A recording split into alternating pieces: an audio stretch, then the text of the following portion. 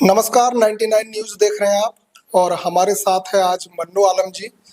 सिंदरी विधानसभा क्षेत्र से आते हैं, जेएमएम के कद्दावर नेता है, जाने माने नेता है, कोई परिचय के मोहताज नहीं है।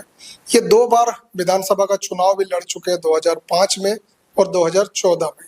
2014 में लगभग 45,000 वोट लाए थे। फिर से चुनावी माहौल आ गया है, विधानसभा के चुनाव होने हैं। इसी को लेकर हम लोग इनसे आज बात करने के लिए आए हैं।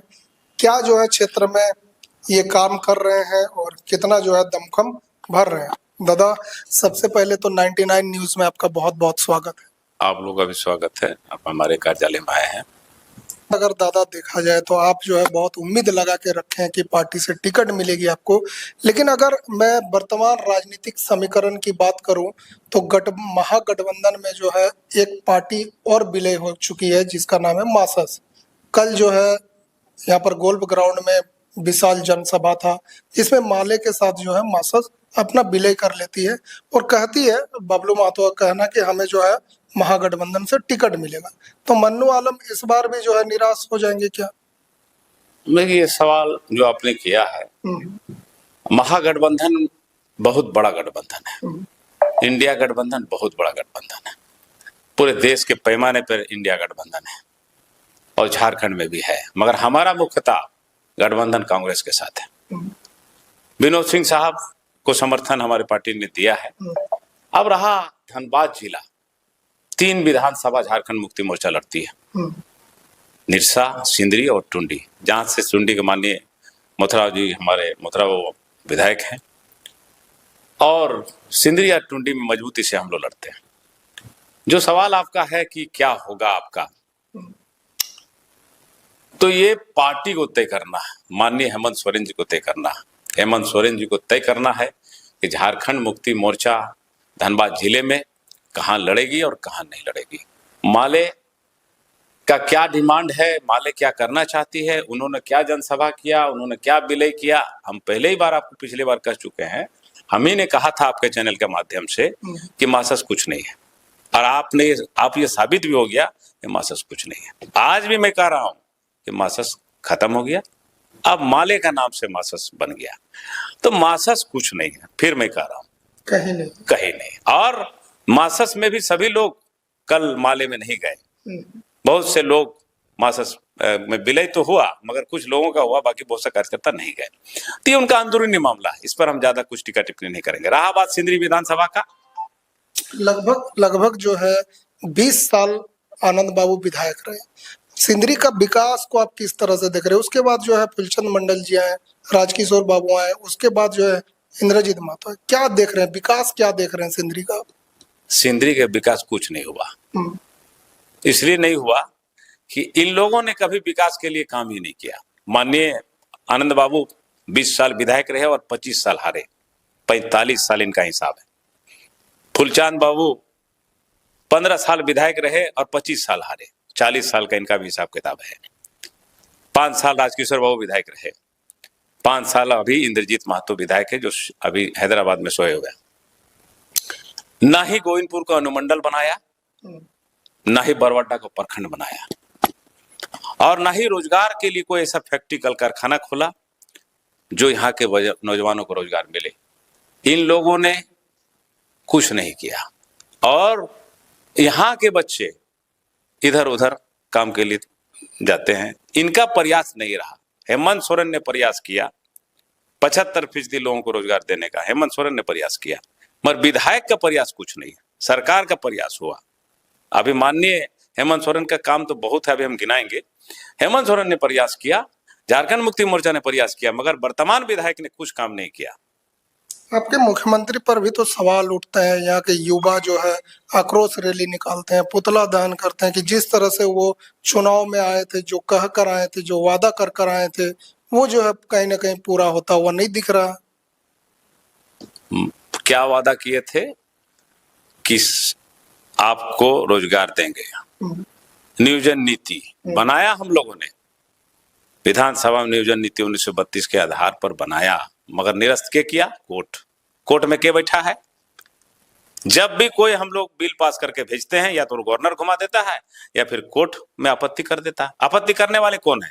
ये तो एक वॉलीबॉल जैसा हो गया ना, आप उनके पाले में दे देते हैं, वो आपके पाले में दे देते हैं। संविधान के तरीके से दायरे में ही काम होता है हम्म, और वो लोग जानते हैं कि कहां पर निरस्त करना है, कहां पर रोकना है। अभी अभी मुख्यमंत्री मैया सम्मान योजना के तहत जो रुपया पेमेंट हुआ, इन्हीं के लोग को खड़ा करके कोर्ट में केस करवा दिया। केस करा करके बोला ये रुपया बांटने का काम है, चुनावी महीना है, ये जो है सीधा सीधा जनता को जो है लाभ देने का काम कर रही है। तो सवाल तो उठना लाजमी है ना, 4 साल 8 महीना जो है आप ये योजना को नहीं लाते हैं और चुनाव के अंतिम समय में ये योजना लाते हैं। निश्चित रूप से ये एजेंडा में था हम्म, और माननीय मुख्यमंत्री को जेल जो भेज दिया गया, 5 महीना 10 महीना इसी में डिस्टर्ब हो गया, कोरोना से 2 महीना डिस्टर्ब हो गया।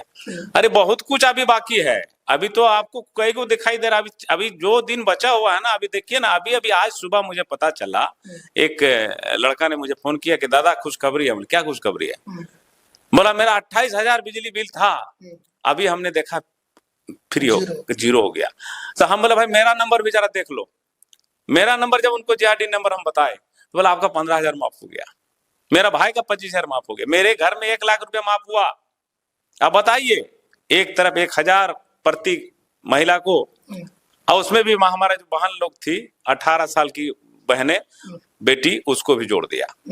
देख लीजिए, हम काम गिनवाएंगे 2 घंटा लगेगा। हेमंत सोरेन इतना काम किया है। विपक्ष के पास बोलने के लिए कुछ नहीं है। आसाम के मुख्यमंत्री को यहाँ बैठा दिया, छत्तीसगढ़ के पूर्व मुख्यमंत्री को बैठा दिया, कई पूर्व मुख्यमंत्री बाबूलाल मरांडी से लेके, मधु कोड़ा से लेके, चंपाई सोरेन से लेके, मैंने कितने लोगों को लगा दिया है। सरकार तोड़ने के लिए पहले प्रयास किया, विधायक तोड़ने का प्रयास किया, सरकार गिराने का प्रयास किया। एक लिफाफा आया था दिल्ली से, जो लिफाफा ऐसा आया जो खुला ही नहीं। वो लिफाफा क्या था आज तक वो रहस्य बन के रह गया। भाजपा कभी सरकार चलाने ही नहीं दिया ठीक से। फिर भी हेमंत सोरेन जैसा मजबूत आदमी, आदिवासी का बेटा, डरता नहीं किसी से, जेल चला गया, झुका नहीं। आज इसने मजबूती के साथ सरकार चला के दिखा दिया 5 बरस पूरा करके। अच्छा, असम के मुख्यमंत्री का एक स्टेटमेंट आया है कि बहुत सारे जेएमएम और कांग्रेस के जो है लोग, कद्दावर नेता हमारे संपर्क में है। मन्नू आलम जी को कोई फोन वगैरह आया क्या? नहीं, तो विधायक का नाम लिए हैं। अच्छा, ये लोग हवा हवाई बात करते रहते हैं। आसाम के मुख्यमंत्री साहब यहाँ पर एक तरह से बोलते नहीं कि टूर में आए हुए, टूर होता है ना, और टूर में आए। और टूर का एक सीमा होता है 30 दिन 20 दिन, तो इनका टूर है 3 महीना का। ये 3 महीना का टूर खत्म होगा, ये चले जाएंगे। आसाम जहां डूब रहा है, बाढ़ से लोग तबाह हो गए, बर्बाद हो गए, वहां की चिंता माननीय मुख्यमंत्री जी नहीं कर रहे हैं। चिंता उनको झारखंड का है, क्योंकि कहीं ना कहीं उनको सुपारी दिया गया है कि इनका सरकार गिरा करके बनाना है। तो देखिए, ये बड़े लोग की बड़ी बात है। आपने जिला का सवाल किया, विधानसभा का सवाल किया। हम सीधा सीधा कहना चाहते हैं कि इतना काम झारखंड अलग राज्य 2000 साल में हुआ। प्रथम मुख्यमंत्री बाबूलाल मरांडी जी बने, इतिहास में लिखा गया। आप हमको बताइए, 24 साल के दौरान सबसे ज्यादा शासनकाल किसका रहा? भाजपा का। अभी अभी आप जहां इंटरव्यू ले रहे हैं, ये जंगलपुर में, आप मेरे ऑफिस में है, कार्यालय में है, इसके ठीक बगल से एक रोड गई है जीटी रोड तक। 40 साल से रोड नहीं बना। 40 साल। आप कहिएगा आपका सरकार है, हमारा सरकार में तो अभी डीएमएफटी में देख के अभी अब टेंडर होने वाला है। 40 साल से ये रोड नहीं बना। इस तरह का सैकड़ों रोड होगा जो रोड नहीं बना था, जिसको हेमंत सोरेन ने बनाने का काम किया, अब बना रहे हैं। बिना विधायक के अनुशंसा का बन रहा है, मगर विधायक अनुशंसा नहीं किया। जंगलपुर में इसलिए नहीं करता है अनुशंसा कि यहाँ पर वोट नहीं है उसका। 350 उनका वोट है, तो सोचता है बेकार जा रहा। अब बताइए, अब ये लोग वहां अनुशंसा करते हैं जहां इनका वोट हो, जहां इनका समाज हो। ये तो इस तरह का ये लोग विधानसभा का सदस्य बन के भेदभाव करते हैं। आपने खुद देखा होगा, आप देख लीजिएगा रोड का फोटो लेके। ऐसा हम 50 रोड देंगे, मगर वो अब इस सैंक्शन हो चुका है। अब डीएमएफटी के तहत इसको ले जा चुका है, डीसी के पास फाइल है। निश्चित रूप से 1 आध सप्ताह में टेंडर प्रक्रिया में चल जाए। आखिरी सवाल रहेगा मन्नू जी, अगर पार्टी टिकट नहीं देती है तो निर्दलीय चुनाव लड़ने का कुछ विचार है आपका? नहीं नहीं, हम कभी निर्दलीय नहीं लड़े। 2005 में मुझे टिकट दिया और 10 में नहीं दिया। हम निर्दलीय नहीं लड़े, 9 में नहीं दिए। हमको 14 में टिकट दिया, 45,000 के करीब वोट लाए। हम झारखंड मुक्ति मोर्चा के जितने लोगों ने चुनाव लड़ा, विमल मरांडी, हफीजुद्दीन अंसारी, दुर्योधन चौधरी, फूलचंद मंडल, उन सबसे अधिक मत मन्नू आलम आपके सामने बैठा है, ये बंदा लाया है, मगर हमने निर्दलीय लड़ने का फैसला 2019 में भी नहीं किया। और आपके माध्यम से हम कहना चाहते हैं कि हम गुरुजी के सिपाही हैं, गुरुजी ने हम लोगों को ये कुर्ता पजामा पहनाया है, गुरुजी ने ये बोलने के लिए सिखाया है, और माननीय हेमंत सोरेन जी को हम लोग मानते हैं, जानते हैं, गुरुजी को जानते हैं। झारखंड माई माटी मानुष का पार्टी है, हम किसी परिस्थिति में पार्टी के साथ हैं। और निर्दलीय वगैरह कमजोर आदमी लड़ता है, हम ऐसा उम्मीद ही क्यों करें कि पार्टी टिकट नहीं देगा? हम ऐसा उम्मीद क्यों पालें कि पार्टी टिकट नहीं देगा? हमको हेमंत सोरेन पर भरोसा है, हमको पार्टी पर भरोसा है, और अपने पार्टी का जो भी निर्णय होगा हम उसको सहज स्वीकार करेंगे। और निर्दलीय वगैरह की बातें भूल से भी मत कीजिएगा, ना हम निर्दलीय लड़े हैं ना हम निर्दलीय लड़ेंगे। हम उन लोगों को कहना चाहते हैं जो परिवारवाद, जो लोग इसको व्यवसाय समझ गया है कि हम ही होंगे, इसके बाद हम होंगे, उसके बाद मेरा बेटा होगा, उसमें मेरा नाती होगा, इसको हम खत्म करना चाहते हैं। ये परिवारवाद सिंदरी में उचित नहीं है। 40 साल से दो ही परिवार यहाँ कहीं ना कहीं राज कर रहा है, कोई 20 साल राज रहा, कोई 15 साल रहा, दो ही परिवार क्यों, बाकी नौजवान कहाँ जाएंगे? इसीलिए हम इसका विरोधी हैं कि परिवारवाद संभव नहीं, ये ठीक नहीं है। नौकरी लोग पाने के लिए जान दे रहा है, और यहाँ राजा बनने के लिए नौकरी लोग छोड़ रहा है। बताइए, अगर कुछ नहीं है तो क्यों लोग कूद रहे हैं? नौकरी छोड़ काहे रहा है लोग? तो सियासत को अगर आप व्यवसाय बना दो, बबलू जी का बात, आप किसका बात कर रहे हैं? आप अपना खोज के निकाल लीजिए। हम यही जानते हैं कि नौकरी लोग पाने के लिए जान दे रहे हैं, और यहाँ लोग नौकरी छोड़ रहा है। बताइए, बीआरएस ले रहा है क्यों भाई? क्या हम नेता बनेंगे? बताइए, नेता बनेंगे क्यों? आपके पार्टी में और लोग नहीं है क्या? और हम ये कहना चाहते हैं, हमारा इच्छा है, हम विधायक बने ना बने जनता तय करेगी, मगर मेरा इच्छा है कि झारखंड में हेमंत सोरेन मुख्यमंत्री बना रहे, ताकि आदिवासी मूलवासी यहाँ के लोगों का भला हो।